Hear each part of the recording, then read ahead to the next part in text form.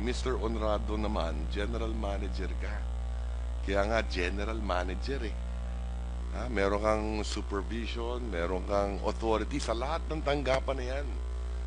One way or the other, you do have some authority among every. Kung hindi, hindi ka general manager. Bakit yun ang pangalan ng position nyo? Kung sasabihin mo, wala kang authority. Anong authority nyo? Kolektahin lang tong 8 billion na to. Sayang naman yung intelligence fund mong 12 million. Kung hindi natin nagagamit yan. Meron ba kayong Internal Affairs Division sa MIA? Your Honor, we do have. Magkano ang budget nun? Internal Affairs Division, meron ba kayo?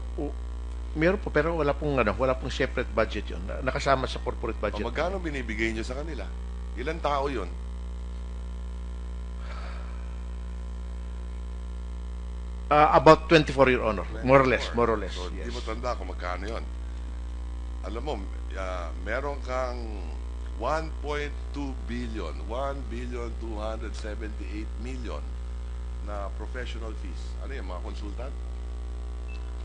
Your Honor, I have only about 10 or 11 consultants. Okay. Yes. But there is a budget na 1,278 million for professional fees. 1.2 billion. I'm not. No, Your Honor.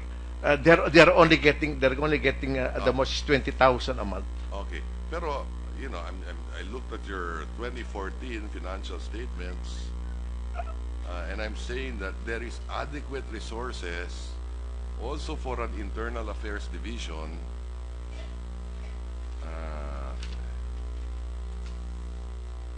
Teka. Ito, corporate operating budgets, tab G.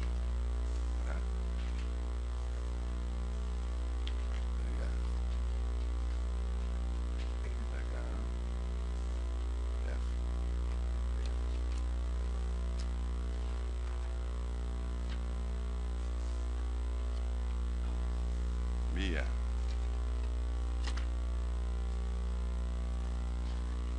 Ang dami niyong pera, ang dami niyong... And remember, you are collecting from the passengers. Travel tax, stolen terminal fees, may share kayo lahat dyan. Terminal Yes, terminal Your Honor. fee. The travel tax is being collected by TSI, Your Honor. Correct. Pero may share din kayo dyan. Wala po, So Your Honor. terminal fees kayo Yes, Your Honor. and other fees. Di ba? Yes, Your Honor. Okay. Teka.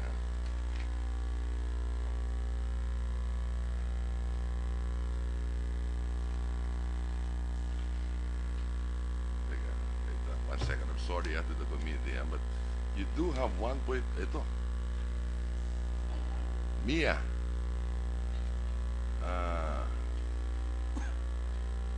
Professional services, 1278. Your Honor, yun po yung binabayad sa Piatco case. Ito professional services. Yes, Your Honor. Abogado, binabayaran nyo dito. Yes, Your Honor. Until now. Binibigay po sa OSG yan.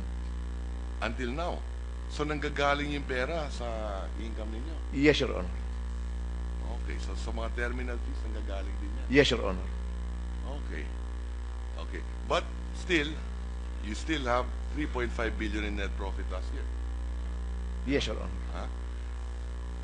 Why didn't you upgrade naman your facilities? Yung mga, dati pinag-uusapan lang natin, banyo-banyo. Ngayon, CCTV. But next year, gagawin na ninyo. We have the 486 million CCTV project, Your Honor. Nagkaroon lang po ng two failed biddings. Ngayon po, the board authorized us for the alternative mode of procurement, that is negotiation. We're going to invite the three proponents who participated in last So, week. nasa mandate naman ninyo mag-create ng Internal Affairs Division. Yes, Your Honor. Na pwedeng imbestigahin yung mga opisinang maaring sangkot sa mga extortion activities. Pwede yun, di ba? Yung pong internal affairs namin, we call the Airport Security Inspectorate Office. We just look at the processes. At kung may nakikitang discrepancy, ninonote po ng for security purposes. Yun lang. Opo. O meron na ba silang na-note doon? Yes, Your Honor, we do submit on a daily basis to the OTS our observations on a daily Observation basis. lang. Pero hindi kayo nag-iimbestiga Hindi po, Your sa Honor. mga personnel ninyo. Hindi po kami involved dun sa screening of the pasture, Your Honor. No. Do you investigate your own personnel? Oh, yes, kasama definitely, sa Your Honor. extortion? Definitely, Your Honor, yes. Meron, di ba? Especially po yung Airport Police Department namin. Mayroon kami inimbestigahan doon. Okay, pero you're saying hindi kayo pwede mag-imbestiga sa ABSICOM at sa OTS. We only submit our observations, Your Honor. Bakit ganun? General manager ka nga eh.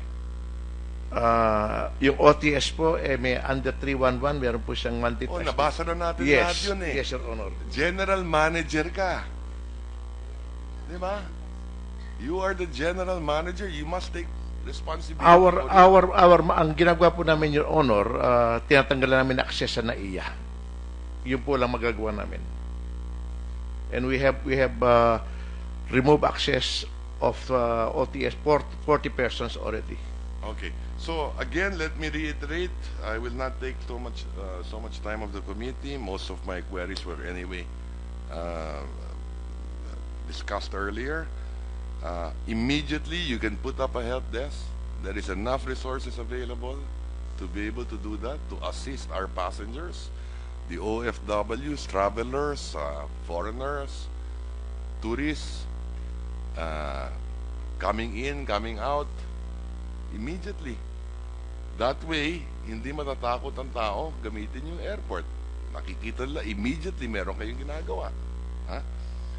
Bilis-bilisan natin yung investigasyon. Ipaalam niya sa publiko that you're investigating already this 65 personnel, 12 people, so that the public knows that you are doing something about it. Ha? At babantayan ng tao yan kung sino yung mga dapat makulong dyan. Dahil, incidentally, gamitin na natin ang pagkakataong ito. Pag ikaw public official ka at nagtanim ng bala, anong parusa? Life imprisonment, Your Honor. Life imprisonment. Reclusion perpetua. Oo. Mas mataas na parusa yun eh. Ipaalam natin sa publiko. Ha? Matatakot yung mga yan. Life imprisonment if you're a public official. Nagtanim ka ng isang 22. Diba? Maglagay kayo ng signboard doon. Lahat ng mahuhulihan na magtatanim ng bala, ikukulong habang buhay. Yun naman yun nasa batas eh. Naisip na ba niyo yun, General Manager? Yung pong in reaction to this issue, sa unang-una po, pinalitan na nag-revise na po yung procedure, yung OTS on their screening procedures, and also to Hindi, give at some sabi comfort. ko lang, maglagay lang kayo ng Yes. karatula doon. We did, Your Honor. Naglagay na po ang DOTC ng CCTV camera sa screening center, naglagay na po kami ng additional tarpaulin, naglagay po kami ng... Karatula na pag nahulihan ka na nagtatanim ng bala habang buhay kang nakakulong. yes, Your Honor. Sa opisina ng OTS, sa opisina ng ABSICOM, maglagay din ng karatula doon. Sa kanilang opisina.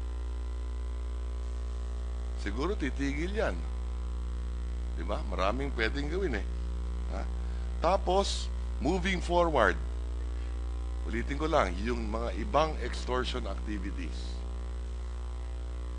Paghandaan na natin yan bago pa pumutok na naman yung bagong issue.